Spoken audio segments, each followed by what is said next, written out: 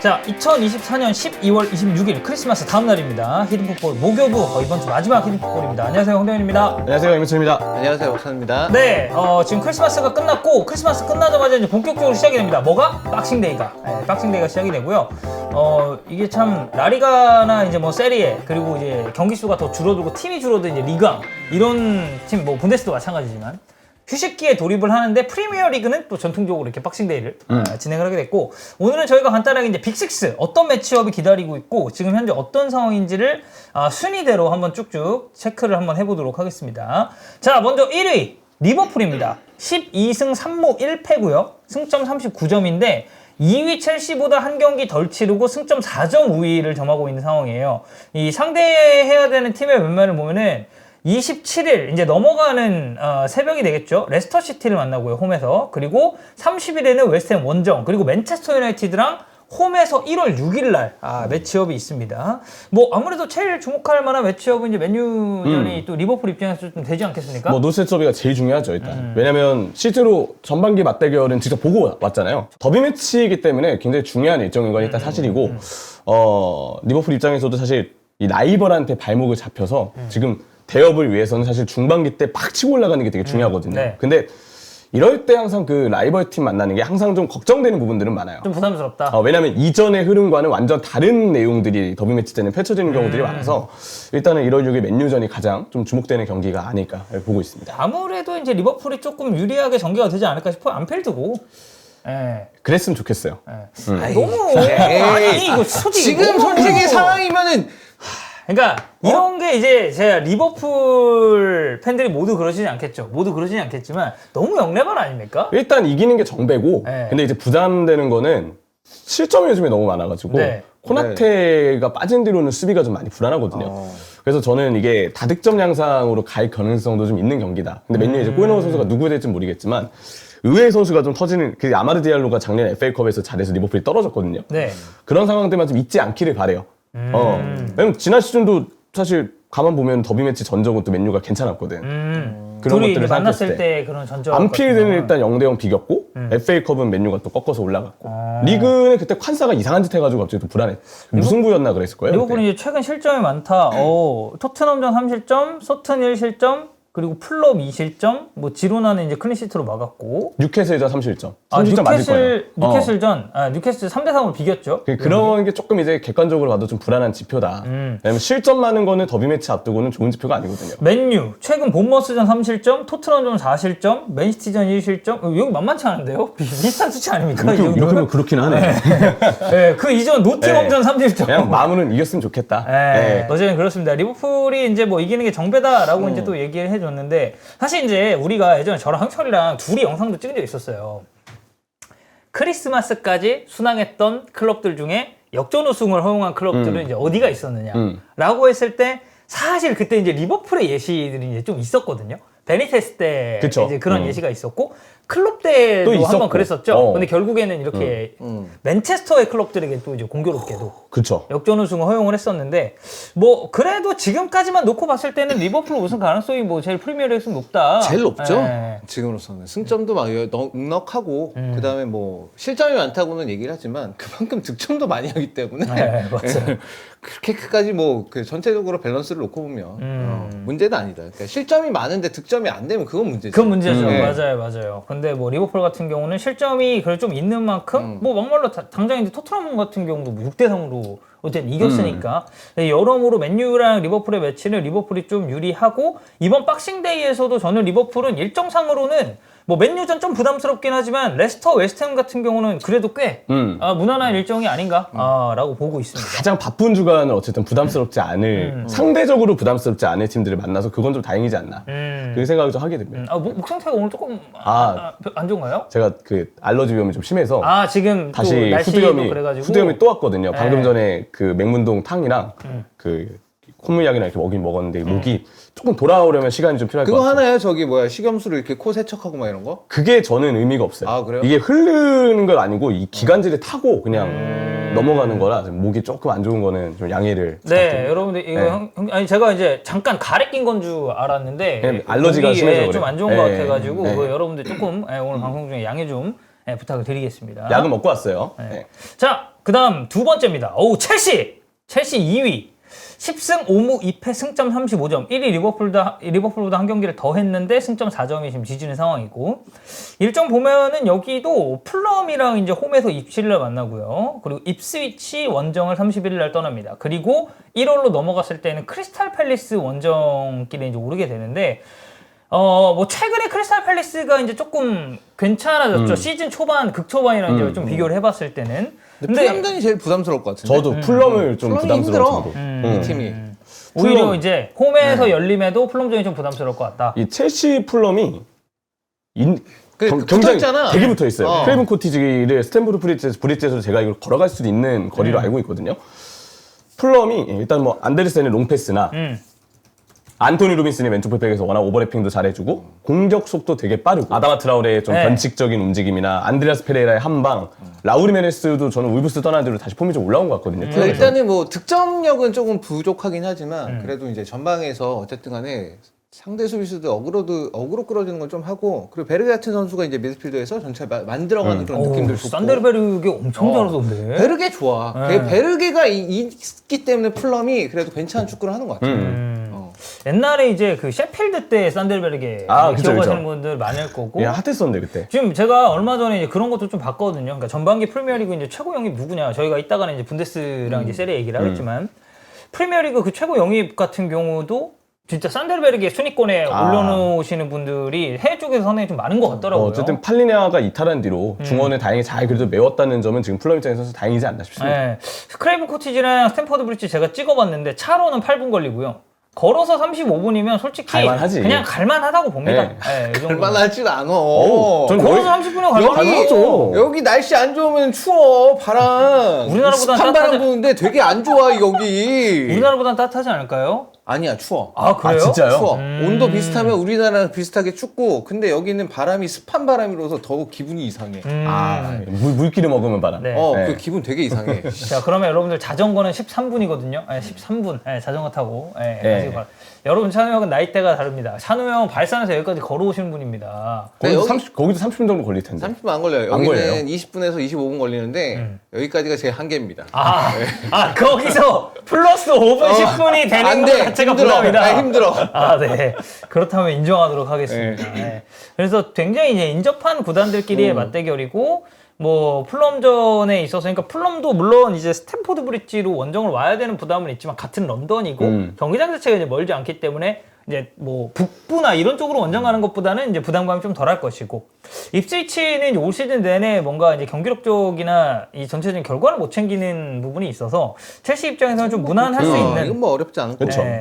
그리고 크리스탈 팰리스도 저는 근데 꽤 까다로울 수 있다고 봐요. 여기도 런던 원정이긴 한데 전반기 때보다는 그래도 지금 크펠이 수비적으로도 저는 안정화도 꽤 됐고 공격적인 걸 봤을 때 저는 크펠도 약간 뒤없는 그 축구하는 경우가 꽤 있다고 보거든요. 특히 양 사이드 쪽에서 뭐 이제 다니엘 무뇨스 같은 자원들이나 제가 이번에 아스날이랑 그 리그컵 경기 중계하면서 이제 좀 느꼈었던 거는 생각보다 이 팀이 수비적으로 되게 괜찮더라고 크리스탈 팰리스가. 그러니까 초반에 이제 실점이 좀 많긴 했어도 후방 지역에서 뭔가 무게적으로 이제 잡고 가는 그런 게 있기 때문에 첼시 입장에서도 뭔가 원정 갔을 때 부담이 플럼만큼은 아니지만 그래도 꽤 있지 않을까. 아니 그래도 이제 첼시가 만약에 지금의 어떤 그 우승에 도전하기에는 살짝 부족해 보이긴 하나 어쨌든 간에 계속해서 이제 우승 경쟁을 이어가고 싶다면 이 정도는 잡아야죠. 이 정도는 잡을 수 있어야 뭐 챔스권 안에도 안정적으로 들어갈 수 있는 거고. 앞 경기들에서 이제 살짝 이제 무너졌었던 그런 부분이 조금 아쉽긴 하지만 어쨌든 첼시 역시도 좀 무난한 이 대진픽이 지금 나와 있는 상황이다. 잡을만한 팀은 첼시가 항상 잘 잡아왔기 때문에 기대가 그쵸? 되고 후반기 때 변수는 승점 6점짜리 경기를 어떻게 하느냐인 것 같아요. 근데 아직 첼시가 전반기 때는 그런 상대들에게 승리를 확실히 거두지 못했기 때문에 맞아요. 후반기 때 조금 더 그 부분이 보완이 필요하지 그때 않아요. 리버풀한테 1대1로 졌고 맨시티는 그리고- 초반에 만나서 맞아요. 아무래도 맨시티 초반에 첼시가 잡긴 만났었고. 힘들었었고. 네. 자, 그 다음 세 번째입니다. 아스날. 여기까지는 순위대로 쭉 가요. 1, 2, 3입니다. 리버풀, 첼시, 아스날. 아스날이 지금 17경기 치렀는데 2위 첼시보다 2점 뒤져 있는 상황이고요. 아스날은 입스위치랑 홈에서 열리는 경기 뭐 무난하다고 볼 수 있고, 근데 그 다음에 이제 브렌트포드, 브라이튼이 둘 다 원정이라서 여기, 그리고 지금 경기 일자를 제가 보고 왔는데 아스날의 경기 일자 좀 빡빡하네요. 완전 3일 간격으로 또 뒷거가 붙어있네, 지금 보니까. 제가 아까 리버풀도 그랬지만 아스날도 똑같은 거. 카라바오컵 준결승이 중간에 껴있어요. 카라바오 준결승이 8일날 이제 뉴캐슬이랑 있고요. FA컵 3라운드가 13일날 또 이제 그 뒤에 예, 바로 있는 일정인데, 이게 또 맨체스터 유나이티드랑 경기여가지고. 삼라운드. 근데 라운드부터. 여기가 지금 그래서 아스날이 지금 좀 걱정인 건 뭐냐 하면은 일정 자체도 너무 빡빡한 데다가 사카 또 부상으로 못 나온다고 그러지. 왜냐면 아스날 입장에서 지금 왼쪽 라인이 어떻게든 간에 해결이 돼야 되는데 그게 해결이 안 된 상태에서 오른쪽에서 핵심 중에 핵심인 사카가 빠져버리니까 야 이거 진짜 아르테타 감독이 되게 골머리 아플 것 같아요. 아니, 느낌이. 그래서 저는 이제 좀 생각하는 게, 그러니까 제가 그 크리스탈 팰리스전을 봤을 때는 확실히 무게는 지금 리그 쪽으로 엄청 싣고 있거든요. 근데 이제 해외 쪽에서 얘기 나오고 있는 것 중에 하나가 이제 아르테타한테 진짜 컵이 필요한 시기가 아니냐. 아 우승 네, 뭐라도 트로피가 뭐라도. 무조건. 근데 지금 어쨌든 리그는 리버풀이 사실 너무 유력하게 밀고 나가고 있는 상황. 물론 이제 어떻게 바뀔지 모르지만. 아니야 몰라. 근데 후반기 어떻게 될지 모르지. 네. 모르긴 하지 사실. 왜냐면 아스날도 사실 지난 시즌 저는 우승 할 줄 알았어요. 오, 페이스 근데 좋았어요. 그럴 페이스였고. 어떻게 될지 모르지만 아스날은 지금 제가 멤버 구성 봤을 때 카라바오는 조금 부담을 더는 멤버들이 나오거든요. 이 구성을 좀 놓고 봤을 때. 그래서 저는 이 8일날 있을 뉴캐슬전도 그냥 아르테타가 전체적으로 로테이션 한번 돌리지 않을까. 그게 나올 수 있으니까. 그러니까 목표를 어떻게 잡느냐. 근데 이제 4강 정도 갔으면 사실 이제 그러니까. 우승이 코앞이잖아. 그것 때문에 이게 너무 좀 애매하지 않나. 근데 저는 이제 결국 그 일단 올해까지의 일정들 네. 의 결과가 중요할 것 같아요. 그러니까 올해까지 일정 올해까지 일정도 입스위치 브렌트포드 잘 네. 치러내면 그러면 이제 브라이턴전은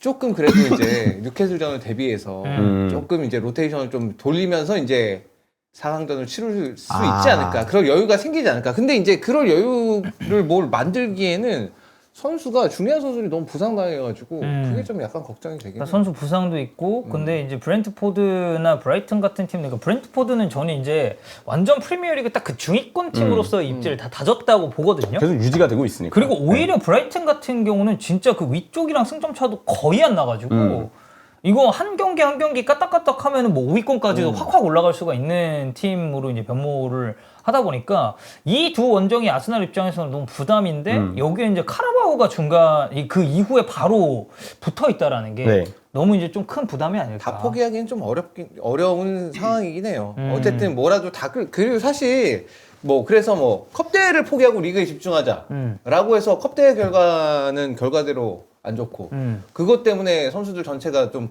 분위기 맞아요. 다운돼가지고 리그도 안 좋고 이런 경우들도 많이 있기 때문에 뭐 어떻게든 간에 지금은 힘든 상황이지만 아스날이 좀 버텨야 되는 수밖에 없을 것 같아요. 네, 맞습니다. 저는 카라바오컵은 힘은 주고 FA컵 3라운드전 맨유전에 아예 정말 좀 힘을 완전히 뺀 라인으로. 그게 더 나을 수도 있지. 될 제 있다. 생각은 그래요. 그러니까 차라리 FA컵이 네. 더 그게 나을 수도 있어요. 아직 많이 남기도 많이 했고. 남았으니까. FA컵은 초기 라운드 때 떨어지면 데미지가 덜해요. 제 느낌엔 그래요. 물론 FA컵의 비중이 더 큰 대회이긴 하지만 카라바오컵이 트로피가 남은 3경기 지지만 그냥 남은 3경기 결과만 잘 챙기면 되거든요. 제가 볼 때 그게 아스날 입장에서 조금 더 마음이 쓰이지 않을까 하는 생각이 듭니다. 사실 그냥 이제 뭔가 정배 느낌으로만 보면은 아스날이랑 리버풀이 만날 가능성도 있잖아요. 카라바오컵 결승에서. 네. 그래서 이 남은 경기들이 어떻게 좀 진행이 되느냐, 이 부분이 아스날 입장에서는 굉장히 중요할 것 같습니다. 자, 그다음 여기는 이제 순위로 안 갑니다. 맨시티 7위. 굉장히 어울리지 않는 숫자고. 승점 27점, 최근 리그 5경기 1승 1무 3패, 최근 공식전 12경기 단 1승. 이 지표가 지금 맨시티의 현주소를 말해주고 있고요. 근데 그렇게 졌는데도 아직 7위입니다. 네. 놀라운 일이긴 해. 저희가 앞에 초반에 되게 잘했다는 거잖아, 결국. 저희가 오늘 이제 지금 뭐 어쨌든 형식상 오프닝 토크를 하고 있는데, 빅6 일정 짚고 나서 보는 게 이제 프리미어리그 지금 전반기 4등분 해가지고 어느 클럽들이 분기별로 잘했는지를 볼 건데, 그때 맨시티는 앞쪽에 조금 쏠려있는 느낌이 굉장히 강합니다. 그거는 저희가 잠시 뒤에 다뤄보도록 하겠고, 매치업 보면요, 에버튼이랑 홈에서 26일날 붙고요, 원정을 떠나는데 레스터로 갑니다. 그리고 1월 5일날 웨스트햄과 이제 다시 홈에서 치르는데, 요즘 에버튼 이기기 어렵다. 그렇죠. 예. 에버튼이 아스날전도 그렇고 그리고 아마 첼시 그 아스날이 이제 연달아서 에버튼이 만났는데 이제 둘 다 그 영혼의 그 뭔가 네. 지키기를 시전을 하면서 결국에는 승점을 또 따오는 데 성공을 했거든요. 예전 같았으면 이거 3경기 다 이겼을 것이다라고 얘기를 했을 텐데 진짜 저도 봐도 야 이거 에버튼이 제일 힘들 것 같은데 느낌이 에버튼이 제일 힘들 것 같아. 근데 그건 있어요. 맨시티가 에버튼한테 진짜 안 져요. 2017년 1월 15일에 0대4로 진 게 마지막 패배입니다. 2017년. 그 비긴 건 언제예요? 23년 1월 1일에 맨시티 에버튼이 1대1로 비겼었어. 나는 그래서 이 경기가 비길 것 같아. 그러니까 그 지금 가능성이 느낌이. 있지. 비길 가능성이 근데 있다. 에버튼은 잡아야 되거든 사실. 무조건 그렇죠. 네. 팀이고 무조건 잡아야죠. 솔직히 에버튼이 요즘에 좀 올라온다고 해도 그게 강등권까지 완전 떨어졌다가 야 이거 이대로 가면 강등이다. 다시 올라온 거 아니야? 그렇죠, 맞잖아. 그렇죠. 예. 예, 그래서 그러니까 에버튼이 뭔가 맨시티를 잡을 것 같다는 느낌보다는 맞아. 비길 것 같아 이게. 또 에버튼이 그 마지막 비긴 경기도 에티하드 아니에요? 그 에티하드였어요. 예. 맞아요. 아니, 그래서 진짜 또 내려가지고 뭔가 이제 비기는 그런 느낌으로 또 이제 가지 않을까. 제 생각에 에버튼, 레스터, 웨스트햄 이 세 경기는 진짜 무조건 맨시티가 다 잡아야 될 경기인데 그래서 반등을 해야 되는 상황인데 이 세 경기를 못 잡으면 진짜 저희도 그러면 그 얘기를 해야 될 것 같아요. 그 탱킹 시즌이라는 표현을 쓰잖아요. 탱킹 시즌. 선수단을 좀 뭔가 갈기 위한 과도기의 시즌. 이 세 경기를 못 잡으면 저는 후반기 때 희망을 보기가 너무 이제 사실 의미가 없어진다 힘들다. 생각하거든요. 솔직히 얘기하면. 근데 저는 제가 드는 생각은 과연 그거를 과르디올라 감독이 버텨낼 수 있을까? 탱킹 시즌을 한다는 것 자체를 버텨낼 수 있을까? 이 감독이 그런 경험이 없죠. 없죠. 예. 항상 없고 위에 있었던. 그 엄청나게 자존심 세고 자존감 강한 사람인데 지금도 본인에 대해서 굉장히 많이 의심을 하고 있을 텐데 자기 그 사람은 어쨌든 간에 감독하고 나서 사실상 실패한 적이 없잖아요. 실패한 적이 없어. 실패를 할 수가 없는데 그 반년 동안 이렇게 어거지로 이렇게 버티는 그거를 견딜 수가 있나? 진짜? 굉장히 어쨌든 이 감독 자체가 되게 자기 비판적인 성향이 이제 꽤 있고 그러다 보니까 이제 맨시티 입장에서도 여러 가지 이제 상황이 그쵸. 좀 맞물리면서 안 좋아질 가능성에 대해서 이제 얘기가 꾸준하게 나오고 있는데 맨시티의 그런 뭐 스쿼드적인 부분이나 최근에 안 좋은 흐름에 대해서는 이제 저희가 최근에 이제 히든 풋볼에서도 얘기를 꽤 많이 했었기 때문에 맨체스터 시티는 그러니까 딱 정리하자면 그겁니다. 에버튼, 레스터, 웨스트햄 이거 다 잡아야 된다. 그렇죠. 무조건 잡아야 된다. 후반기에서 이제 반등을 딱 치고 올라오기 그치. 위해서 맨시티에게는 무도 없어요. 그냥 무조건 3승 잡고 그러니까 가야죠. 그렇게 3승을 하면 사실 경기를 좀 못해도 이길 수 있어. 그 초반에 이제 맨시티가 경기 좀 못해도 이제 이기고 막 그런 게 사실 과거에 계속해서 이겨왔고 우승을 너무 많이 했고 그러니까 선수들이 다 자신감에 차 있고 야 우리가 좀 잘못돼도 뭐 한 골 먹혀도 우리 언제든 괜찮아, 뒤집을 할 수 있어. 이게 있으니까 근데 몇 번 어긋나기 시작하니 이제는 자신감이 완전 떨어져가지고 그거를 못 뒤집는 그런 상황까지 온 게 지금의 현상인데 그래서 이번 이 세 경기를 진짜 잘 치러내면 다시 반등할 수 있겠죠. 그리고 최소한 반반은 하겠지. 그치. 지금은 솔직히 아무리 부상자가 많아도 맨시티의 그 지금 선수 구성이나 이걸 생각했을 때는 말도 안 되는 성적이거든요. 이거 자체는. 아니 그래서 제가 말했잖아요. 공식전 12경기 1승이라고. 근데 제가 이거를 딱 대본을 써놓고 이거 내가 제대로 봤나? 하고 그 다음에 설마. 다시 봤어요. 근데 12경기에서 1승밖에 없는 게 이제 진짜였고 그러다 보니까 맨시티에게는 지금 승리가 어느 때보다 필요하다. 겨우 영입 무조건 해야 됩니다. 이 선수단으로 반등하기는 제가 볼 때 어려울 것 같아요. 자, 그 다음 5번째입니다. 11위 토트넘 7승 2무 8패고요. 노팅엄 원정 떠납니다. 그리고 울브스를 홈에서 만나고요. 뉴캐슬과 홈에서 1월 4일날 매치업이 있는데 어우 다 어렵다. 일단 니 감독 아니죠. 이제 우 감독입니다. 우리 감독 누누. 노팅엄이 지금 너무 잘하고 있는데 심지어 원정이다. 네. 이건 뭐 토트넘 입장에서 너무 부담되는 상황이죠. 일단은 노팅엄이 워낙 전환도 빠른 팀이고 최근에 이제 토트넘이 보여줬던 문제점은 상대의 역습을 너무 많이 그냥 방치하고 있다는 거거든요. 왜냐면 어쨌든 토트넘 자체가 이 구사하고 있는 축구가 굉장히 무게중심이 앞으로 쏠려 있고 이제 그걸 상대들이 이용하는 경기들이 꽤 많았잖아요. 뒤에 숫자를 거의 신경 쓰지 않고 운영을 하다 보니까 뭐 리버풀도 그렇고 맨유도 그때 카라바오컵 중계했을 때 물론 맨유가 패배하긴 했지만 특정 시간대는 맨유가 내용이 더 좋았어요. 그런 것들을 본다면 토트넘은 밸런스적인 문제가 있는데 노팅엄의 전환 속도, 엘랑가 어떻게 할 겁니까? 깁스와이트 어떻게 할 겁니까? 그 빠른 선수 크리스 우드 한 방 어떻게 할 겁니까? 크리스 우드가 또 올 시즌에 보면은 이게 또 너무 좋아가지고 이런 것도 이제 좀 되게 엄청 부담인데다가 이제 또 그런 게 있죠. 팀의 기세나 분위기를 따져봤을 때도 노팅엄은 지금 계속 올라가고 있는 팀이어가지고. 얘기를 하자면 토트넘 물론 지금 현재는 물론 그 중요한 수비수들이 다 부상으로 빠져 있으니까 그게 좀 크긴 커요. 토트넘. 토트넘 네. 같은 경우에는 수비수들이 부상으로 빠져 있으니까 그 선수들이 사실 커버해 주는 것들이 굉장히 컸고 여기에 벤탄쿠르 징계로 못 나오고. 예, 그거가 어쨌든 실점을 좀 억제하는 그런 효과들이 있었는데 그런 효과들을 이제는 뭐 하나도 볼 수가 없는 상황이니 계속해서 똑같은 패턴으로 계속 실점하고 막 그런데 그걸 생각하면 어렵다 그냥 다 이 경기를 다 어렵다 그냥. 저희가 그 토트넘 얘기를 이따가 좀 넣어놨는데 이게 네. 길지 않거든요. 네. 지금 잠깐 합쳐서 좀 얘기를 해보면, 그러니까 포스테코글루 감독이 이제 1월에 영입이 필요함을 인터뷰를 통해서 이제 살짝 얘기를 했어요. 그러면서 몇몇 포지션 부족하다. 그리고 추가적인 지원 필요한데 1월 이적 시장에서 선수 영입 이거는 조금 힘든 일이다라고 얘기를 합니다. 그러면서 이제 일정상의 얘기. 우리 카라바오컵 지금 준결승 갔고 유럽 대학년 치르고 있고요. 그리고 FA컵 남아있다. 근데 이제 리그도 어쨌든 해야 되는 입장에서 어떤 선수 보강해야 될지는 좀 생각을 해봐야 될 문제다라고 했는데, 근데 이제 그 쿨루셉스키도 그 얘기를 했어요. 이 토트넘의 전술적인 부분에 있어서 이거 지속되지 못할 가능성이 있다. 왜냐면 이 지금 뭐 선수의 피로도라든지 뭐 이런 다양한 문제도 겹쳐 있고, 이런 뭐랄까요, 본인들이 하는 접근 방식, 리버풀전 예시를 이제 좀 들었는데 오히려 리버풀한테 그냥 소유권을 더 많이 줬어야 되는 경기인지도 모른다. 근데 이제 우리는 올라갔고 이게 이제 리버풀 상대로 이제 효과가 없었다라는 얘기를 했는데, 지금 이렇게 부상자가 많아진 것을 우리가 놓고 봤을 때는 이거는 토트넘의 경기 접근 방식이나 포스테코글루 감독이 좀 지향하고 있는 전술적인 부분이 저는 어느 정도 영향이 좀 있었다고 보거든요. 특히 수비진 같은 경우는. 수비진은 특히 그렇죠. 왜냐면 라인을 그렇게 극단적으로 올렸다가 수비로 백업을 해야 되는 과정에서 너무 많은 거리를 스프린트를 뛰어야 되니까 이거는 자연스럽게 그 선수 개개인한테 부담을 많이 주게 되고 여기에 대해서 그 필수 재료라고 여겨졌던 로메로나 판더벤도 얼마 전 첼시전 때 무리하게 또 기용이 됐다가 그러니까 이 둘이 핵심인데. 네, 그 무리한 기용까지 하필 또 다시 부상이 재발이 되면서 오히려 이후 일정에 영향을 지금 주고 있거든요. 그리고 비카리오 지금 빠진 것도 프레즈 포스터 하는 거 보니까 안 되겠더라고. 볼을 잡으면 무조건 불안합니다. 포스터는. 네. 그 이제 카라바오컵 저도 이제 보면서 네. 참 이거는 너무 심하다. 다른 네. 의미에서 참 대단하다. 이거 어떻게 버티냐라는 이제 그런 생각이 좀 들었었고, 토트넘에 만약에 이제 추가 영입을 하게 된다라고 하면은 어느 포지션이 제일 먼저 보강이 돼야 된다고 보나요? 글쎄요, 뭐 센터백 얘기도 하실 수 있고, 뭐 윙 자리 얘기하실 수도 있고, 여러 삼선 얘기하실 수도 있고, 저는 어느 자리건 너무 많이 필요해서 사실 다 빼놓을 수 없는 포지션인 것 같거든요. 전체적으로. 저 어디든 그냥 한 자리만이라도 보강했으면 좋겠어요. 그래야 뭔가 팀이 조금 더 그 선수라도 기대면서 뭔가 반등 포인트를 잡지.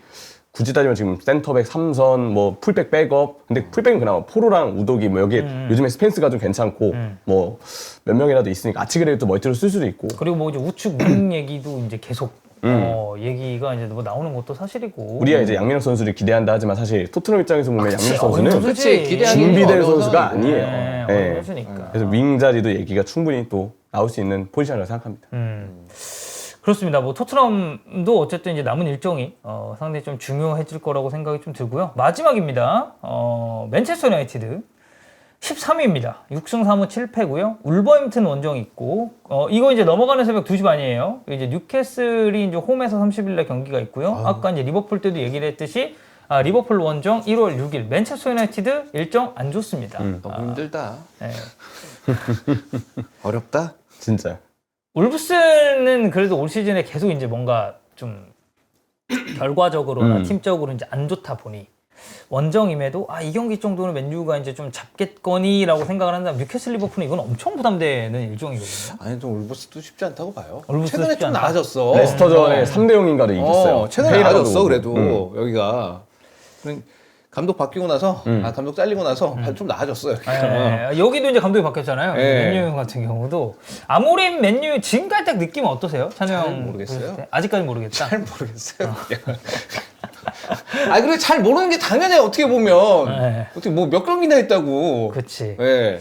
컨셉적으로도 그렇고, 그러니까 그 스포팅에서 하던 축구를 그대로 이제 가져오려는 거는 이제 오케이. 최근에 이제 또 토트넘과 카라바오 중계를 네. 했었잖아요. 좀 어땠나요? 가장 안타까운 거는 감독이 플랜을 새롭게 바꿔서 지금 팀을 운영하고 있잖아요. 자기가 원래 내세웠던 백스리 전술로. 그쵸. 충분히 저는 시도해볼 만한 아이디어라고 보는데 이 백스리 전술을 만나서 누가 살아났느냐 명확하게 얘기할 선수가 제가 볼 때 없는 것 같아요. 물론 아마드 디알로는 요즘 극적으로 활약을 하고 있긴 나는 한데 아마드 디알로가 진짜 딱 이 백스리 상황에서의 그러니까 앞선에서 이제 잘하잖아요 역할을. 딱 대표적인 수혜자라고는 생각을 해요. 근데 나머지 백스리 전술에서 살아났다라고 말할 수 있는 선수가 오히려 달로는 떨어졌고 왼쪽은 또 적응을 더 해야 되는 자리니까 안토니 살아났다. 아 이렇게 얘기하기에는 좀 저는 안토니는 더더더더더 해야 될 선수라고 생각하거든요. 네, 안토니는 열심히 해야죠. 네. 생존 신고는 했습니다, 안토니. 맞아요. 나머지 선수들도 다 마찬가지로 맥가이어가 오히려 요즘에 조금 대인 수비를 할 때 좀 괜찮은 부분들이 있는데 메이누도 지금 부상 여파 때문에 아직은 폼을 좀 끌어올려야 되고 백스리 전술을 쓰는 선수 이 전술을 쓰면서 누가 살아났냐 얘기하기가 지금 너무 애매하잖아요. 맨유는 좀 그런 생각이 많이 드는 것 같아요. 네, 그래서 뭐 어쨌든 맨유도 지금 뭐 팀적으로 뭔가 완전히 이제 좀 안정화됐다라고 보기는 그치. 이제 힘든 상황이고. 아니 이해는 되지. 왜냐면 팀의 기본적인 이제 접근 시스템 자체를 바꾼 거니까 그쵸. 당연히 거기에 선수들이 적응하기에는 이제 어려움이 있을 수 있고. 근데 이제 뭐 우리가 예를 들어서 예전에 뭐 투엘 감독이 이제 부임하고 나서 백스리를 바꾼 다음에 팀이 잘 나갔잖아요. 네. 바로 그런 경우도 있겠지만 그런 거는 이제 되게 이제 진단을 잘 내려서 이런 식으로 얘들한테 이제 역할을 주어주면 잘하겠구나. 근데 아모린 감독은 지금 보니까 아직 그 정도는 아닌 것 같고. 그래서 좀 어려움이 있는 것 같아요. 네, 그래서 맨유도 여기에 이제 뭐 어쨌든 카라바오컵은 일정이 끝났는데 저희가 아까 그 아스날 때도 얘기를 했지만 FA컵도 아스날이에요, 맨유가. 그렇죠. 네, 그래서 이 일정 자체도 지금 리그만으로도 좀 버거운 상황인데 여기에 추가적으로 이제 붙어 있는 FA컵 같은 그리고 이제 컵 대회들이 어느 정도 좀 부담이 되지 않을까 싶습니다. 자, 자연스럽게 다음 토픽으로 넘어가 보도록 하겠습니다. 이게 디애슬레틱 쪽에서 저 되게 이거 보면서 꽤 재밌게 봤는데 이번 시즌 프리미어리그 전반기를 4등분을 이제 해놨더라고요. 그래서 분기별로 이렇게 딱딱딱딱 나눠보면서 이 분기에는 이 팀이 잘했고 이 분기에는 이 팀이 잘했고 그 와중에 뭐 이제 XG 값에 대한 비교도 좀 있고 전반적으로 봤을 때 이 전반기가 어떻게 흘러가는지에 대한 코멘트도 있더라고요. 저는 이제 궁금한 게 전반기를 근데 왜 4등분을 했을까? 그러게요. 그게 난 궁금해. 왜 4등분일까? 제가 이제 그냥 개인적으로 생각을 해봤을 때는 약간 그런 거 아닐까요? 3등분을 해봤어. 근데 뭔가 좀 그 애매해. 그 잘했던 팀을 아니 꼽기가. 분량이 부족한 것도 있고. 아니 2등분을 해. 2등분은 너무 좀 적어. 분량이 안 나와. 그래서 이제 4등분을 이제 딱 하니까 여기서 이렇게 확실하게 뭔가 팀 순위표의 이제 변동이 이게 경기 수도 약간씩 다르고 막 이래가지고. 네, 맞아요. 경기 수 차이도 좀 있고. 이게 아마 그 A매치 주간 있고 뭐 이런 거 이제 싹싹 맞아요. 해가지고 딱딱 자른 것 같긴 한데. 그래서 뭐 미리만 좀 말씀을 드리면은 이 경기들 그러니까 분기별 중에 제일 경기 수가 많은 거는 자연스럽게도 A매치가 다 끝나고 난 이후인 4분기입니다. 네, 4분기. 왜냐면은 그 앞에는 봐봐요. 보통 A매치가 이제 3, 6, 9, 10, 11 이런 식으로 그쵸? 쭉쭉 가잖아요. 그래서 이제 9월, 10월, 11월 이때 이제 A매치가 몰려있다 보니까 이제 이게 차이가 좀 있는데 자, 1분기 먼저 보도록 하겠습니다. 1분기는 3경기고요. 기준점은 8월 16일부터 9월 1일까지입니다. 이때 제일 주목받았었던 거는 맨체스터 시티의 이제 초반 스포트. 올해도 올 시즌도 이거는 맨시티다라는 얘기가 나올 법했던 게 3경기 전승에 9골, 2개 실점이었고 이때 혼란 3경기 중에 2경기 해트트릭했습니다. 초반에 페이스가 너무 좋아서 마치 혼란의 프리미어리그 데뷔 시즌을 보는 것 같다. 진짜 맞아요. 그런 얘기들까지 많이 나왔었죠. 네, 그래서 물론 이제 지난 시즌도 혼란이 잘하긴 했지만 지지난 시즌 딱 그 프리미어리그 데뷔했을 때 임팩트가 엄청났었잖아요. 단일 그렇죠. 시즌 체력권 넣었을 때. 네. 이래서 이제 이번 시즌도 혼란 다시 이제 두 번째 시즌 끝나고 또 올라오는 게 아니냐라고 이제 생각을 했고 리버풀 역시 돋보였죠. 3경기 치르는 동안에 실점 하나도 없었고요. 전승 달린 데다가 7득점에 무실점. 그리고 이제 이때는 이제 맨체스터 유나이티드가 그 테나흐 감독 시절이었는데 1승 2패. 이때는 뭐 시작부터 굉장히 좀 삐걱거리면서 어찌 보면 이제 경질의 그런 중초전의 느낌이 아니었을까. 그렇죠, 뭐. 예. 이때는 이제 많은 분들이 이거는 리버풀 슬롯으로 감독이 바뀌긴 했지만 맨체스터 시티 리버풀의 우승 경쟁 그렇지, 양강 구도로 또 가겠구나. 예, 그리고 아스널 역시도 뭐 1무가 끼긴 했지만 아스널도 어쨌든 2승 1무이기 때문에 나쁘지 않았죠. 그래서 요 3강 구도로 가겠구나. 요런 예상들이 많았었죠. 요때까지만 하더라도. 네, 근데 맨시티가 사실 이렇게까지 떨어질 거라고는 뭐 여기 있는 누가 그렇게 예상을 했겠습니까? 아무도 예상 못하죠, 그건. 네, 해외 전문가들도 마찬가지였고. 그러니까 딱 그 시작점이 뭔가 그 로드리 딱 빠지고. 그게 시작이긴 하죠. 네. 근데 그래도 뭐 로드리 정말 시스템인 선수지만 로드리가 딱 빠졌을 때 이렇게까지 무너지는 결과가 그 이후에 동반이 될 거다라고 예상했었던 분들은 없었을 거란 말이죠. 왜냐면 사실 우리도 맨시티를 그래도 낙관적으로 봤던 게 시즌 개막전에 훌리안 알바레스 아틀레티코로 갈 때 있잖아요. 맞아요. 몇몇 이야기가 혼란의 백업이 없다. 음. 거기에 대해서 걱정하는 시선도 있었는데 거의 대부분 저도 그랬지만 포든 제로톱이 있지 않냐. 베르나르도 실바 제로톱이 있지 않냐. 그리고 제로톱을 실제로 이제 혼란 썼었고. 영입 전에 기가 막히게 썼었던 게 이제 또 펩이고. 그래서 스쿼드가 얇다고 느껴지긴 했지만 그래도 맨시티고 펩이니까 극복할 거라고 많이들 생각을 했었어요. 그래서 지금 흔들리는 거는 진짜 예측 불허의 상황이라고 정리할 수 있는 거죠. 맞아요. 그리고 이때 이제 노팅엄 포레스트가 1승 2무를 기록했었는데 이거는 이제 약간 그 리버스 맨시티죠.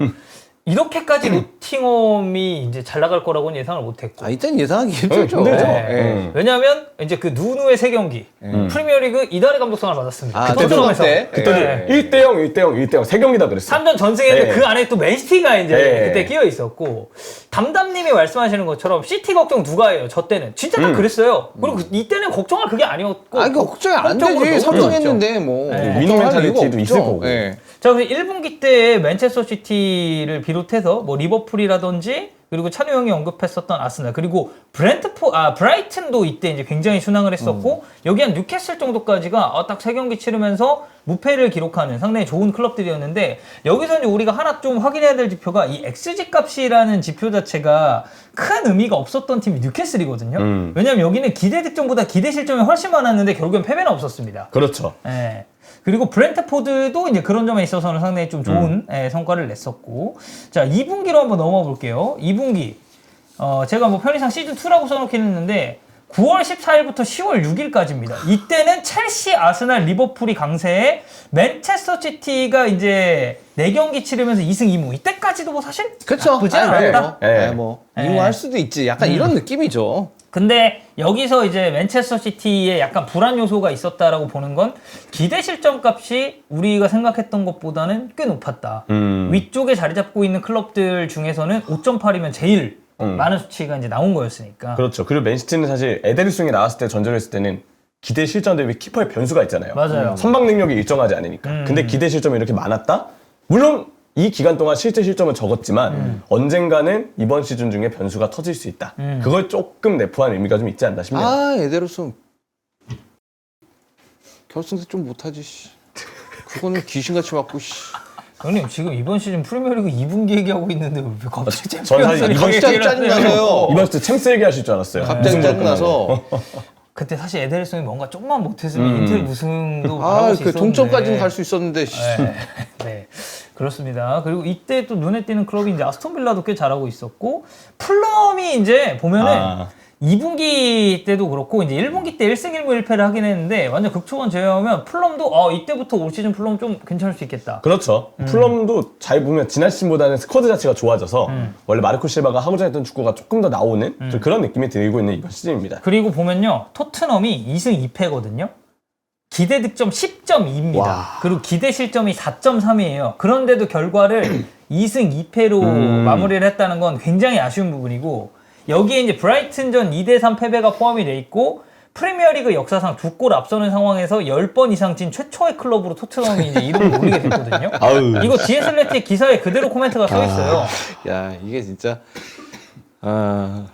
그래서 이게 재밌는 여러분들, 기록이죠. 네. 네. 사실 재밌는 기록입니다. 그러니까 XG가 그렇게 뭔가 경기에 미치는 영향이 크지 않다라는 게 결국에 결정을 짓는 건 선수고 이 마무리를 지어줘야 된다라는 게 저는 토트넘 수치에서 딱 나온다고 보거든요. 그러니까 XG만큼 득점을 못한 게 있고 그다음에 XG만큼 실점을 한 거죠. 여기는 토트넘 같은 경우에는. 네. 근데 이제 이게 XG라는 게 경기를 다 합쳐놓고 보니까 한 경기만 봤을 때는 다를 수도 있는데 제가 볼 때는 이제 이런 거예요. 토트넘은 어떤 경기에서는 공격기를 엄청 많이 만들어요. XG가 확 높여놔. 맞아요. 어떤 경기에서는 별로 공격기를 답답해. 못 만들고 그러면서 상대한테 실점하고. 그러니까 여기 이 팀이 진짜 독특한 팀인 게 보통은 득실 마진이 있으면 그 득실 마진대로 이게 전력이 결정이 되는데 어느 정도 따라가니까. 경기마다 널뛰기를 하니까 이거는 네. 알 수가 없는 거야. 이 팀은 진짜. 아니, 그래서- 진짜 진정한 의미의 도깨비 팀입니다. 솔직히 말해서 저 토트넘 경기 재밌어요. 그렇죠. 네, 저는 되게 재밌어. 재밌어요. 진짜 재밌어요. 네. 근데 이게 내가 제3자라 재밌는 거지 그 팀 팬이 되면은 진짜 미친다니까? 미치죠. 네, 한 경기 한 경기 어떻게 될지 감이 안 오니까. 전 이걸 보고 오히려 팬들이 얼마나 짜증날까라는 생각만 했었어요. 왜냐면 기대 득점이 높잖아요. 근데 그거예요. 3골 넣고 4골 넣어도 이기는 걸 보장할 수 없다는 거예요. 그치. 정확히는 이제 2골 넣고도 보장을 못했던 게 브라이튼저한테 나오긴 했는데 솔직히 맨유랑 카라바오컵? 그거 와, 나는 그거 승리 진짜. 보장할 수 없었던 경기라고 생각해. 3대0에서 그렇게 쫓기는 게 뭐가 돼요, 진짜. 근데 재미는 있었죠. 네, 재미있었죠. 재밌지. 네. 그렇습니다. 자, 그리고 이때부터 이제 슬슬 근데 감독이 이제 바뀔 것 같은 클럽들이 이제 눈에 좀 들어오기 시작하죠. 울브스 4전 전패. 그리고 소튼. 소튼 소튼. 있고 여기에 이제 맨체스터 유나이티드 슬슬 감 오기 시작하고 레스터 시티 마찬가지였습니다. 자, 3분기 넘어가겠습니다. 10월 19일부터 11월 10일까지, 11월 10날까지의 기록이었고요. 그 2분기에 저희가 하나 코멘트를 안 했었던 거는 이제 리버풀이 노팅엄에게 첫 패를 당했는데 역시 누누. 역시 누누. 우감누다. 시즌 3 들어오면서 리버풀 무패입니다. 성적 제일 좋았어요. 3승 1무고요. 그 다음이 노팅엄. 3승 1패. 기대 득점 6.3에 기대 실점이 전체 팀 중에 제일 적었습니다. 3.6을 기록을 했습니다. 여기에 맨체스터 유나이티드가 이제 세 번째로 이름을 올리고 있는 건 그거죠. 이제 테나 시대가 이제 마침내 종말을 맞고. 반니스텔로이. 반니스텔로이가 부임을 하면서 카라바오컵 잘 치렀었고 리그 경기에서도 이제 상당히 좋았고 사실 시즌 3에서 제일 눈에 띄는 팀 와, 아스날입니다. 최하위였네. 2무 2패예요, 아스날. 이때 완전 내려갔었죠. 아스날이. 아스날이 4경기 동안 2무 2패였고 승리를 하나도 못했었던 유나이티드. 왜냐면 이때 소튼도 1승을 했고요. 울브스도 1승을 했고요.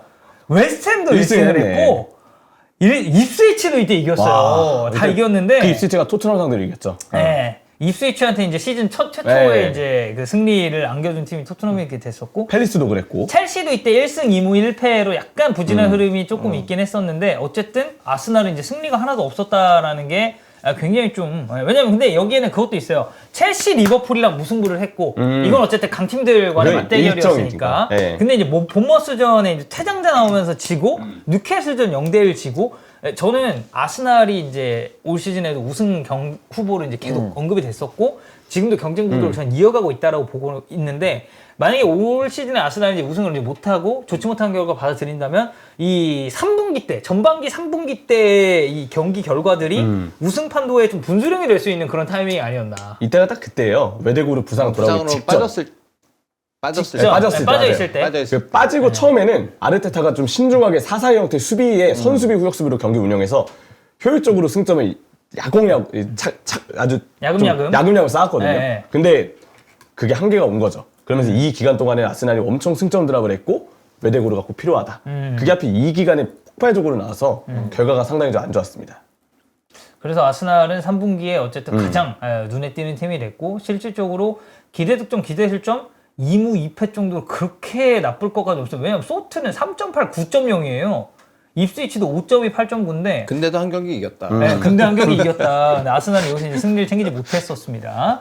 자, 그리고 시즌 4 4분기로 넘어갑니다. 11월 23일부터 12월 22일 A매치 브레이크가 없기 때문에 6경기를 치렀고요. 이 기간 동안에는 첼시가 왕이었습니다.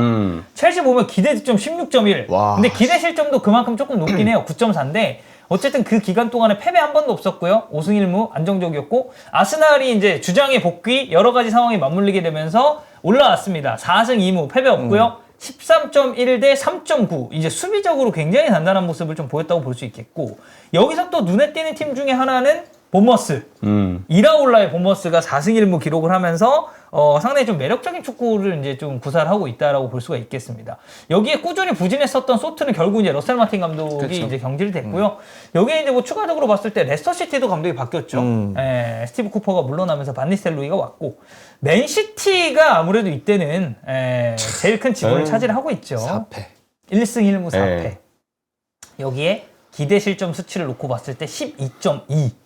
12.2라는 기대 실점 수치가 있었고 실제로 먹힌 실점이 12실점이었으니까 네, 딱 그러니까 XGA 값만큼 이제 실점을 한 건데 생각해보면 이제 이때 맨시티 같은 경우에는 수비하는데 굉장히 많은 어려움을 겪었고 상대에게 정말 기회도 많이 내줬습니다. 네. 특히나 상대가 카운터 어택을 칠 때 그걸 저지할 만한 어떤 것들이 거의 없어 보여서 그런데다 뭐 골키퍼라도 뭐 미친 듯이 잘 막아주면 모르겠지만 그것도 아니었고 그래서 이제 골키퍼를 바꾸는 상황까지 왔었고 뭐 여러 가지 있었지만 결과적으로는 하락세를 막아내지 못했다. 맞아요. 네. 그리고 이 그 4분기에 제일 눈에 띄는 팀 중에 하나가 이제 또 그 토트넘의 기대 실점 값이거든요. 16.2예요 기대 실점이. 근데 12실점밖에 안 했으니까 잘했네요. 이거는 선방한 거죠. 잘했죠. 예. 왜냐면 그와 비슷한 기대 실점 값을 보였던 소튼이 15실점을 했으니까 예. 뭐 나름대로 예. 잘 막았었던 4분기다라고 볼 수 있는데 노팅엄 같은 경우가 보면 기대 득점 6.6에 기대 실점 6.9 그러니까 기대 실점 값이 더 많았는데 4승 2패거든요. 그래서 지금 이제 챔피언스 리그권에 들어오게 됐고 이게 시즌 4까지 저희가 그러니까 4분기까지 쭉 보면서 느끼는 거는 분기별로 이 팀들의 순위 편차가 사실 일관성이 있다고 보기는 힘듭니다. 그렇지. 네. 왔다 갔다 하고 있는 상황이고 그래도 조금 꾸준한 편이라고 들면 그래도 뭐 리버풀 정도가 꾸준한 편? 아스날도 뭐 한 번 내려갔던 거에 비하면 그때가 너무 안 좋게 내려간 맞아요, 거지. 맞아요. 사실은 좀 꾸준한 편이라고 봐야 될 것 같고 그리고 첼시도 그렇고 예. 그 정도 팀들이 결국 이제 위에 있는 것 같아요. 그러니까 아래 팀들 중에서는 노팅엄도 있구나. 네, 아래 팀들 중에서는 노팅엄이랑 이 분기를 따졌을 때 물론 빌라도 3분기 때 잠깐 주춤하긴 했는데 1분기, 2분기 그리고 이제 4분기까지 포함했을 때 빌라도 나름 저는 꽤 괜찮은 그런 포지션을 선점을 했다고 보고요. 뭐 추가적으로 봤을 때 올 시즌 챔피언스리그가 지금 진출권을 우리가 쭉 놓고 보면 리버풀, 첼시, 아스날, 노팅엄 그리고 여기 5위가 본머스, 6위가 아스톤빌라거든요. 이 세 팀 노팅엄, 본머스, 아스톤빌라 중에 챔피언스리그 진출권을 딸 팀이 있다고 보나요? 그냥 딱 느낌적으로 봤을 때 빌라는 뭐 경쟁할 수 있죠. 빌라. 그리고 이번 시즌은 5팀 나갈 가능성이 좀 높아요. 잉글랜드가. 아 개수. 일단 리버풀이 챔스 1위예요. 네. 가져다 놓은 저 승점이 되게 많을 거라고 생각해요. 네, 여기서 이제 그래서- 포인트적으로 네. 리버풀이 가져올 지금 거고. 잉글랜드가 1위, 2위가 또 이태리이기 때문에 요 두 지금 현재로서 뭐 어떻게 될지 모르겠지만 잉글랜드가 근데 1위인데 차이가 좀 나요. 이태리랑도. 네, 그래서 잉글랜드 클럽들이 5팀 나갈 가능성이 좀 있기 때문에 요 아래 있는 이 4위권 놓고 경쟁하는 사실 뭐 맨시티나 뭐 뉴캐슬까지 다 쳐야겠죠. 네. 그 경쟁하는 팀들에게는 그나마 좀 희소식일 수는 있다. 그게. 그리고 사실 첼시도 지금 메롱이님이 말씀하시는 것처럼 6컨에서 뭐 압도적으로 맞아. 네, 그 첼시 이게 요건 잘 나가고. 그래서 체급을 놓고 봤을 때 첼시는 6컨은 지금 단계는 좀 컨퍼런스리그에서는 무조건 올라야죠. 그리고 실질적으로 로테이션을 완전 돌렸는데도 뭐 기우 같은 선수들 그러니까 네. 리그에서는 출전 기회를 못 받지만 그럼 컵 대회에서 또 이제 엄청 잘해주고 있는 선수들이 있다 보니까 잉글랜드가 포인트적으로 상당히 많이 벌어놓고 있는 것 같습니다. 토트넘은 제가 봤을 때는 지금 같은 기조가 계속 유지된다? 아 저는 이거 이거 많이 힘들지. 힘들다고 봐요. 진짜 많이 힘들다고 봅니다. 예. 좀 힘든데 이제 그럼 토트넘의 목표는 이제 하향해야죠. 챔스권이 아니라 유럽 클럽 대항전 뭐라도 나가는 거. 6컨이 됐든 유로파가 됐든 뭐라도 간에. 나가는 거. 예. 그렇습니다. 이게 또 분기별로 이렇게 딱 잘라놓고 보니까 보는 맛이 좀 있어서 디에슬레틱에서도 이제 4분기를 선택을 한 게 아닌가. 그 순위 변동폭이 큰 거에 따라서 4번으로 나눈 것 같아요. 그래서 이제 잘 나갔던 팀도 확 꺾이고 그래서 4등분을 한 것 같아. 아닌 팀들도 올라오고 이런 흐름들 때문에 4등분을 한 게 아닌가. 네. 그러니까 여기가 그 보통 흔히 말하는 그거잖아요. A 매치 치르고 나면 뭐 A 매치 바이러스가 있다. 맞아요. A 매치 다녀온 선수들이 이제 되게 힘들어하고 그 팀들이 보면은 A 매치 끝나고서 첫 번째 치르는 매치를 보면 강팀들 같은 게 특히 결과가 안 좋은 경우들이 많으니까 그걸 아마 고려해서 이런 식으로 이제 좀 자른 것 같긴 한데 실제로 그런 것들이 좀 반영이 된 것 같기도 해요. 네, 좋습니다. 이렇게 프리미어리그 4등분으로 나눠서 우리가 전반기를 또 한번 정리를 해봤습니다. 자, 오늘 마지막 코너입니다. 베스트 앤 워스트. 이제 전반기가 이제 좀 마무리가 된. 물론 이제 프리미어리그는 지금 이제 박싱데이 네. 도입을 하지만 저희가 아까 얘기를 했듯이 기타 리그, 세리에, 뭐 분데스, 라리가, 다른 리그들은 이제 전반기가 다 마무리가 되고 휴식기 이후에 이제 후반기로 돌입을 하기 때문에 저희가 간단하게 베스트와 워스트를 한번 체크를 해보겠습니다. 이 프리미어리그랑 라리가 같은 경우는 박싱데이가 끝나고 나면 이제 그때 저희가 한번 히든풋볼이든 다른 루트든 해서 다뤄볼 생각이고요. 오늘 다뤄볼 거는 이제 또 찬우 형이 오셨고 그리고 이제 형철이가 있기 때문에 세리에 분데스리가의 전반기 베스트 그리고 워스트 영입을 저희가 한번 꼽아보도록 하겠습니다. 자, 일단 세리에 먼저 볼 건데요. 자, 베스트 먼저 가죠. 네. 첫 번째 누구죠? 일단 저는 뭐 레테기 선수. 레테기. 맞습니다. 사실 이거 순위는 아니에요. 그냥 무순입니다. 무순. 네, 무순이고 그냥 저희 얘기하는 거예요, 얘기. 제가 네. 이제 말씀드릴 때 베스트 워스트 3명씩 좀 부탁을 네. 드려가지고 순위 관계없이 3명씩 얘기를 할 건데 레테기는 저희가 사실 이제 또 SBL에서도 얘기를 굉장히 많이 얘기했죠. 했잖아요. 그리고 지금 득점 1위기도 하고 이 레테기의 영입이 놀라운 거는 야 가스페리니 밑에 가니까 레테기 같은 애도 터지는구나. 약간 이런 느낌이 있죠. 네. 레테기 진짜 뭐 레테기를 제가 이제 그 SBL에서도 시간에도 말씀을 드린 적이 있지만 이 선수가 갖고 있는 그 재능이라는 게 과연 이게 먹힐까라는 의구심이 좀 드는 그런 상황이었었거든요. 뭐 키 덩치도 좋고 그렇긴 한데 뭐 나름 재능이 있어 보이긴 한데 뭔가 보면은 뭐 어설픈 느낌이 좀 강하고 처음에 세리에 왔었을 때 어설픈 느낌이 가고 막상 또 골도 잘 못 넣고 이래가지고 이거 되겠나 싶었는데 스카마카 선수가 당했고 거기서 아탈란타가 레테기를 영입하는 걸 선택한 게 진짜 신의 한 수가 됐습니다. 지금 득점 1위고 전반기에 레테기를 활용을 해서 하는 공격 패턴들도 너무 좋고 그리고 가스페리니 감독이 적절하게 쓰는 것이 레테기를 무조건 선발이 아니에요. 선발이 아니라 필요한 상황에서 우리가 좀 골이 많이 필요하면 선발. 그다음에 저쪽에 빌드업 같은 걸 좀 망가뜨려야겠다. 그러면 레텍이 일단 너는 벤치, 그다음에 파샬리치 나가서 네가 저기 가서 좀 조지고 와. 물론 결과적으로 안 좋았지만 레알전을 사실 아탈란타 그렇게 접근했었잖아요. 그리고서 이제 또 그러면서 이제 득점 필요하면 레텍이 또 투입해서 그럼 레텍이는 한 15분 안에 한 골 넣고 막 이러니까 와, 이 레테기라는 선수의 활용도가 너무 넓어졌고 본인도 자신감이 이제 붙으니까 굉장히 좀 신나서 축구하는 게 보이고 예, 그런 게 보여서 굉장히 좀 인상적이었습니다. 이정료도 2,200만 유로의 아탈란타 지금 같은 폼을 후반기에도 보여준다고 네. 가정하면 이거는 뭐 완전 2배 넘게 뛰죠. 그 정도 네. 이 정도면. 예. 그리고 이렇게 이제 또 하기 시작하면은 프리미어리그나 타리그에서도 이제 자연스럽게 또 이제 레텍이 예, 관심도가 이제 올라갈 수가 있기 네, 때문에 여러분들 그 아탈란타사는 항상 주의해야 됩니다. 가스페린만 잘 쓰는 느낌이 그런 느낌이 있어. 그런 팀들이 좀 있어. 맞아. 맞아요. 예. 자, 레텍이 꼽아주셨고 또 이제 추억의 이름이죠. 모이스킨이네요. 네, 모이스킨. 모이스킨의 경우에는 사실 레텍이나 모이스킨이나 거의 또이또이다. 왜냐하면 저는 이제 모이스킨 선수가 역시 이게 어떤 팀에서 뛰느냐, 그 다음에 감독이 어떤 얘기를 해주느냐. 정말 중요하다는 게 이 두 선수를 보면서 느끼는 게 모이스킨 같은 경우도 전반기 최고의 영입이라고 봐도 무방합니다. 왜냐면 피오렌티나에서 너무 잘해. 나는 이 선수가 유벤투스에 있을 때나 파리 생제르맹에 있을 때나 보고 야 얘는 진짜 민첩성만 좀 있고 진짜 생각이 없는 애구나. 나 이런 생각 많이 했거든요. 네. 근데 지금 피오렌티나에서는 그냥 다 잘합니다. 그냥. 야, 이 선수가 이렇게 다재다능한 선수였나? 자, 얘가 가운데에서 있어서 수비랑 비비면서 몸싸움을 하면서 공도 따내주고 옆으로 넓게 퍼져가지고 그러면서 다른 선수들 들어올 수 있게 공간도 비워주면서 그러면서 이제 전술적인 역할도 수행하고 그것도 골도 잘 넣어. 지금 10골이에요, 10골. 네.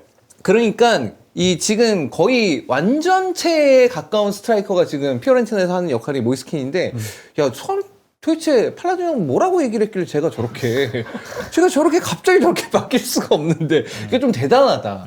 수년간 유망주로 얘기만 듣다가 야 쟤는 그냥 저러고 그냥 끝날 애구나 싶었는데 그거를 딱 터트려 놨으니까 좀 신기해요 진짜.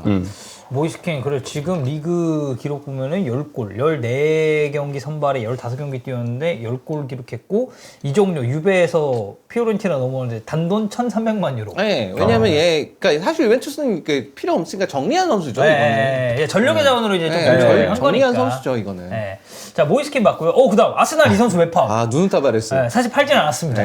네, 그쵸, 임대죠. 임대긴 해요. 임대예요. 임대긴 한데 아마 이 정도 상황이면은 아스날도 한번 다시 써볼까? 약간 이런 생각을 할 수도 있고. 왜냐면 지금 아스날 풀백 날리거든. 특히나 왼쪽. 네. 왼쪽 공격 안 그래도 안 되고 있는데. 지금 8도움이네요. 누누 타바레스가. 지금 리그 최고의 어시스트를 기록하고 있고. 그러니까 보통 이제 저는 이제 항상 얘기를 하지만 프리미어리그에서 잘했던 그 풀백들, 윙백들, 세리에 오면 잘할 가능성이 높다. 애슐리 형. 이 형도 뭐 나쁘진 않았어요. 물론 이제 에메르송 로얄 이런 애들은 아닙니다. 이런 애들은 아닌데 누누 타바레스 같은 경우에는 본인이 이제 신체적인 특징들이 있는데 그런 것들을 상당히 잘 활용을 해서 특히나 바로니 감독이 이제 누누 타바레스 쪽에 이제 왼쪽 공격을 이제 좀 많이 좀 의지하는 경향들이 있는데 그걸 통해서 이제 앞쪽에 있는 선수들 좀 더 가운데로 보내고 누누 타바레스가 이제 자기의 피지컬이나 속도 같은 걸 활용을 해서 상당히 돌파도 잘하면서 오버래핑 타이밍이 되게 좋습니다. 그리고 수비할 때도 본인이 이제 키가 큰 풀백에 속하다 보니까 수비할 때도 도움이 좀 되는 편이고 물론 인테리전은 잘 못했습니다. 흐뭇하게 웃으시군요. 형님 표정 열받네요. 인테리가 잘했으니까. 근데 어쨌든 간에 지금 현재의 라치오 입장에서는 누누 타바레스가 없는 그런 라치오는 도저히 상상할 수 없을 정도로 너무 잘해주고 있는 선수이기 때문에 모르겠어요.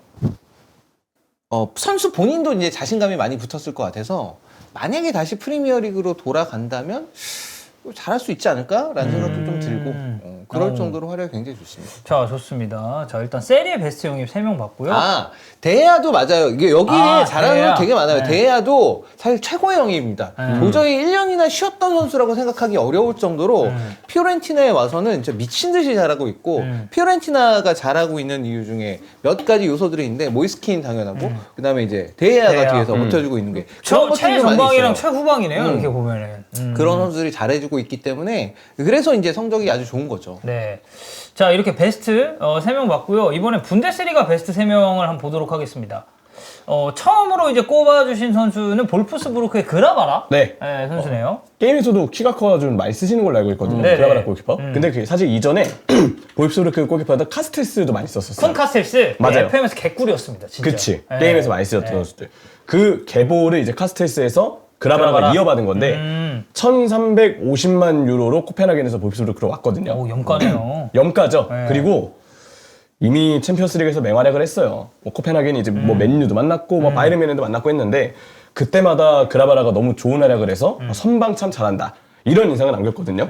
지금도 하세니트 감독의 보입스부르크가 잘 나갈 때 보면 그라바라가 진짜 필요할 때 선방을 진짜 잘해줍니다. 반사신경 좋고 선방을 잘하고 195cm의 골키퍼 이런 능력이 있기 때문에 저는 참 볼 때마다 너무 잘해요. 그라바라는 픽을 안 할 수 없었습니다. 1,350만. 그리고 코펜하겐이 이제 전략적으로 유스 선수들 좀 키워가지고 이제 빅리그로 보내는 것도 굉장히 이제 또 잘하는 클럽이기 때문에. 네. 자, 그라바라 있었고. 그 다음은, 이 선수가 이제 그 이재성 선수 동료죠? 그렇죠. 올 시즌 마인츠에서 언급도 제일 많이 되는 선수인데, 사노카이슈. 네. 사실 지금 그 마인츠가 중앙 미드필더 뎁스가 되게 얇아요. 레버쿠젠에서 작년 겨울에 왔던 아미리. 이번에 영입한 사노카이슈 네. 말고는 이재성도 공미로 뛰죠. 홍현석도 지금까지 공미로만 뛰었어요. 네. 다른 미드필더들도 다 공미로 뜁니다.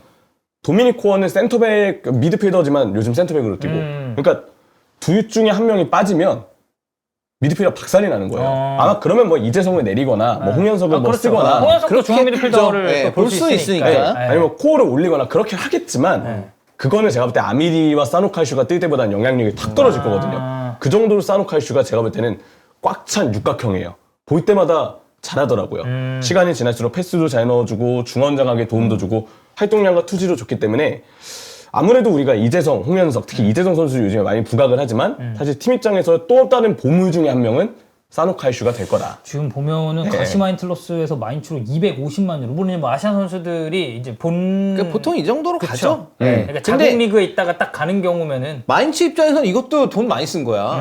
마인츠 오. 입장에서는 사노카 250만 유로 쓴 것도 많이 쓴 거고 홍현석 선수 한 400만 유로잖아. 그거 엄청 많이 쓴 겁니다. 홍현석은 그리고 어쨌든 유럽에서 뛰던 자원을 데리고 온 거니까. 사노카이슈 올 시즌 뭐 마인츠 중원에서 엄청나게 네. 잘해주고 있고 마지막은 이 선수는 근데 좀 예상이 갔었던 선수죠. 슈투트에서 도르트문트로 온 그리고 저희도 얘기를 굉장히 많이 했었던 세르 기라시. 네. 골 이상의 영향력을 갖고 있다고 생각해요. 왜냐면 도르트문트는 팀 내용적으로 봤을 때 전반기 때 문제가 좀 있었던 팀인데 기라시가 진짜 넓게 움직이면서 센터백 끌어주고 전방으로 날아오는 롱패스 다 경합해주고 상황에 따라서는 측면에서 아무렇지 않게 크로스 올린다. 갑자기 머리로 헤더까지 넣고 막 몸으로 밀어 들어가고 골 넣고 이게 되는 선수거든요. 저는 기라시가 골 넣는 거 이상으로도 상당히 많은 영향력을 가지고 있는 선수다. 무기를 가지고 있는 선수라고 생각을 했고 제가 볼 때는 검증된 스트라이커예요. 기라시는 그래서 저는 도르트문트가 올 시즌 뭐 안톤도 잘 데려왔는데 안톤은 부상으로 빠진 경기가 있기 때문에 제외. 그로스도 괜찮은데 그로스도 사실 풀백으로 좀 어려운 역할을 받았는데도 되게 잘해주긴 했지만 그로스도 가만보면 은근히 좀 기동력이 필요한 경기에서 못했던 경기들도 있거든요. 그런 거 보면 저는 이 중에선 기라시가 괜찮은 영입으로 뽑으면 하지 않았나 생각했습니다. 자, 분데스 3명은 그라바라, 사노카이슈, 기라시 이렇게 한번 정리를 해줬고요. 자, 그럼 이제 워스 3명 가도록 하겠습니다. 워스트라기보다 그냥 기대이야라고 합시다. 네. 워스트 그러면 진짜 못한 선수 같잖아. 그럼 월스라고 했습니다. 월스. 네, 베스트 앤 월스입니다. 자, 월스의 첫 번째 마리오 에르모스. 에르모소 선수를 에르모소 전에 이 선수 먼저 합시다. 더글라스 루이스 먼저 합시다. 더글라스 루이스. 왜냐하면 사실 유벤투스의 사실 그 지금 무패긴 하나 네. 무패라고 말하기가 약간 민망할 정도로 무승부가 너무 많은 상황이긴 맞아요. 한데 진짜 무죠, 무. 네, 중요한 영입들이 있었는데 그게 지금 현재까지는 별 효과를 못 보기 때문에 그렇거든요. 하나가 코프메이너스, 또 하나는 펜. 더글라스 루이스인데 그 중에서 저는 더글라스 루이스를 꼽은 이유는 코프메이너스는 그래도 경기에도 나와요. 얘는 경기에도 잘 못 나와. 그게 가장 큰 문제입니다. 세훈이. 예. 네. 더글라스 루이스 같은 경우에는 이 선수 부상도 지금 있어가지고 계속 못 나온 경기들 많고 막상 나와서도 별다른 임팩트가 없는 상황이 많고 그래서 지금 좀 야 이거 정리해야 되는 게 아니냐 이런 뭐 흉흉한 얘기도 좀 들리고 있더라고요. 저는 이 선수가 이제 빌라에서 결국 터졌을 때 역시 맨시티가 찍은 애들은 다 이유가 있구나 약간 그런 생각이 있는데 빌라도 사실 좀 오래 기다려줬거든요. 더글라스 루이스를 맞아요. 오래 기다리다가 그래서 쟤 저거 반쪽짜리 선수다. 수비 하나도 못하고 저거 뭐냐 패스 원툴이다 막 이런 얘기가 있다가 결국에는 이제 터져서 잘 돼서 이제 유벤투스로 넘어왔는데 뭐 부상 때문에 못 나온 건 그렇다 치더라도 나왔을 때도 별다른 이제 뭐 임팩트가 없고 메리트도 없다 보니까 그래서 좀 유벤투스가 어려운데 만약에 이제 더글라스 루이스가 빨리 자리를 잡고 그 코프맨서도 빨리 자리를 잡았다면 미드필드 구성하는 데 있어서 훨씬 더 자유로웠을 거고 아니, 그리고 둘 다 잘했던 선수니까. 장악력 자체는 그럼 확실하게 가져갔을 거니까 그게 아마 모타 감독의 스타일에는 훨씬 더 맞았을 거거든요. 물론 톱이 이제 약간 아쉬운 부분, 톱의 이제 스타일 자체가 조금 아쉬운 부분이 있어도 더 나아질 부분이 있었을 텐데, 그러니까 그래서 이제 그런 부분에서 좀 아쉬워서 더글라스 루이스를 꼽아봤어요. 그리고 이정료도 셉니다. 5천만 유로 넘게 넘어가요. 들었어. 네. 이 비싼 영입이거든. 엄청 비싼 영입이지. 자, 그리고 마리오 에르모소가 사실 이제 아틀레티코랑 재계약을 안 했잖아요. 그쵸. 그래서 FA로 풀렸고 로마로 넘어갔는데 저는 괜찮은 자원이라고 생각했어요. 괜찮은 선수죠. 네. 당연히 아틀레티코 네. 마드리드에 보여준 것만 놓고 보면 당연히 이제 괜찮은 자원인데 일단 이 선수도 잘 나오지 못합니다. 지금 8경기인데 선발 네. 2번 네. 나왔으니까 사실상 이제 나온 경기가 거의 부상이 없다. 있었고 나와서는 퇴장당해가지고 또 못 나오고 일퇴장이 약간 있어요, 네, 일퇴장. 이런 느낌이에요. 네. 그러니까 지금 현재까지는 에르모소는 이건 거의 실패한 영역에 가깝습니다. 와 인테리 영입해서 큰일 날 뻔했어요. 아 맞아, 인텔 링크 있었어. 맞아. 원래 에르모소 근데 링크 인텔 있었어. 링크 맞아, 있었다. 맞아. 꽤 있었는데. 야 근데 저기 그랬거든요. 야 얘 나이 많은 자유영입에서 안 돼. 그래가지고 문정입한 거거든요. 네. 예, 연봉 많이 나가니까. 네. 다행이다. 다행이다. 인텔 입장에서는 다행이다. 아 근데 에르모소 선수는 사실 모르겠어요. 지금 현재로서는 왼쪽 센터백 자리를 지금 이제 후메스까지 기용이 됐죠. 왼쪽 센터백 자리 거의 은디카 선수 그냥 주전으로 자리 에바 잡았고 은디카. 그러면 이제 경쟁할 수 있는 게 지금 앙헬리노 나오고 있는 왼쪽 윙백에 서거나 뭐 그런 건데 어디에서도 지금으로서는 좀 적응하기는 시간이 좀 걸리지 않을까? 약간 이런 느낌이 좀 들어서 현재까지 에르모소 선수의 쓰임새가 되게 애매해졌어요. 이제는. 네. 만약에 만약에 뭐 앙헬리노나 혹은 은디카 선수나 뭐 못 나오는 상황이 된다면 그때는 기용될 수가 있겠지만 그러기에는 사실 이 선수가 받는 연봉이나 이런 걸 생각하면은 무조건 주전을 해줘야 되는 선수거든요, 이 선수는. 그래서 지금까지는 굉장히 애매해졌다. 네. 자, 그리고 마지막은요. 이 선수는 이제 한 경기 1선발, 심지어 이제 코파 이탈리아에서 아유. 뛰고 이제 축구계를 이제 떠났죠. 바란입니다. 그렇죠. 라파엘 바란. 네. 에르모소는 그래도 경기에 나올 수는 있습니다. 예, 바란은 결국에는 이 선수도 결국 자유계약으로 꼬모를 선택을 했는데 기대가 아무래도 클 수밖에 없잖아요. 너무 빅네임 선수고, 맞아요. 예, 월드컵 위너인데 너무 빅네임 선수고 들어볼 수 있는 트로피는 다 들어본 선수 아니에요. 근데 결국 이제 부상 때문에 결국 이제 빠른 은퇴를 선택을 했죠. 그래서 꼬모 입장에서는 정말 야심만만하게 이 정말 월드컵 위너이자 정말 세계 챔피언스 리그 최고 수준의 이거고. 수비수를 영입을 했는데 뭐 몇 번 써보지도 못하고 그냥 날리게 돼서 그래서 이건 그 최악이라기보다 그냥 불운했다 정말 바란에게도 불운하고 코모에게도. 꼬모에게도 불운하고 예 저기 파브레가스에도 불운하고 네. 감독이잖아요. 예. 파브레가스가. 파브레가스에도 불운하고 파브레가스가 이제 본인이 어쨌든 인지도가 되게 높은 선수들의 명망이 워낙 높은 선수였다 보니까 네. 본인 인지도를 이렇게 좀 끌어들인 선수들이 있는데 그 중에 하나가 이제 또 어떻게 보면 바란이라고 좀 볼 수가 있겠는데 네. 그래서 좀 아쉬운 그런 영입이어서 좀 넣어봤습니다. 좋습니다. 자, 이렇게 3명, 에르모소, 라파엘 바란, 더글라스 루이스까지 정리를 해봤고요. 분데스리가 워스트 3명 보겠습니다. 첫 번째는, 여기 이제 레버쿠젠 선수들이 둘이나 있군요. 개인적으로 좀 초반에 제가 레버쿠젠 중계에 좀 들어갔어서 그런지 네. 좀 저한테는 인상이 남았었어요. 그래서 워스트 했을 때 이 선수들이 생각났는데 한 명은 마르팅 테리. 여기가 사실 이제 이선 보강 자원으로 네. 꽤 이제 기대를 많이 받았었던. 이 임팩트가 클 수밖에 없는 게요. 레버쿠젠 중계가 올 시즌 제 독일 축구 실전 경기의 두 번째 경기였어요. 아, 그래요? 첫 번째가 마인츠의 포칼. 하브리그 팀 비스바덴이랑 붙어서 한 거랑 두 번째가 이제 레버쿠젠이랑 슈투트가르트의 슈퍼컵이었어요. 기대 많이 하고 들어갔거든요.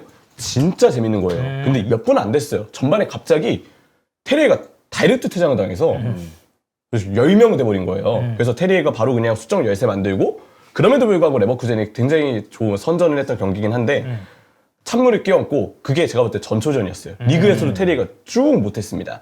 사실상 레버쿠젠이 유일한 2선 보강을 한 선수인데 지금 12경기 2골에 그치고 있고요. 앞서 말씀드린 대로 팬들은 잊지 못할 슈퍼컵 퇴장. 그리고 요즘에 이제 주전도 밀렸어요. 네, 이 선수가 리그왕에서도 약간 골은 참 잘 넣는다. 근데 스탯 사기꾼의 느낌이 좀 있다. 저도 평가를 좀 찾아봤는데 그런 이야기들이 있었거든요. 근데 그 염려가 근데 분데스에서는 스탯도 없잖아요 지금. 그게 막 그 염려 그 이상인 거죠. 스탯도 못 쌓고 있으니까 어떻게 보면 그 이상으로 안 좋은 사례를 이제 테리에가 남겼다. 이렇게 봐야 되지 않을까 싶습니다. 자, 그다음 2천만 유로 주고 이제 영입한 테리에였고, 그다음 거의 2천만 유로 육박했죠. 1,800만 유로. 지로나의 핵심 오브 핵심이었던 알레시 가르시아. 기대보다는 아쉽다고 말할 것 같아요. 뭐 선수는 사실 지로나 때 많이 보셨을 거잖아요. 엄청. 근데 그거는 저는 미첼 감독이 알레시 가르시아라는 선수를 엄청나게 잘 썼다고 생각해요. 네. 근데 그 엄청나게 잘 썼다. 지로나는 그랬고 레버쿠젠은 쓰기에 너무 애매해요.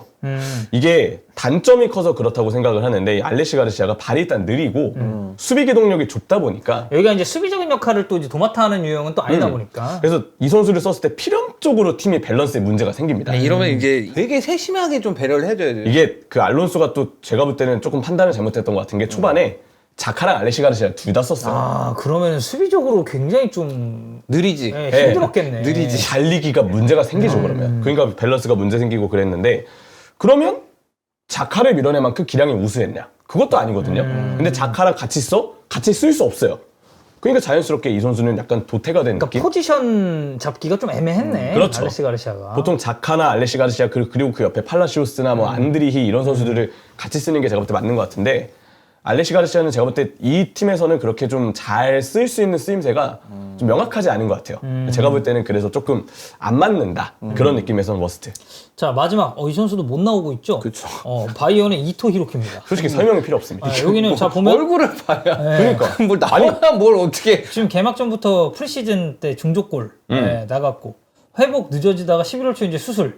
지금 1월 말에서 2월 초 복귀가 예상되는데, 그렇기 때문에 지금 이제 바이에른 뮌헨 센터백 자리가 이제 하나 이제 빵꾸한 상황이잖아요. 그런 뎁스가 얇아졌죠.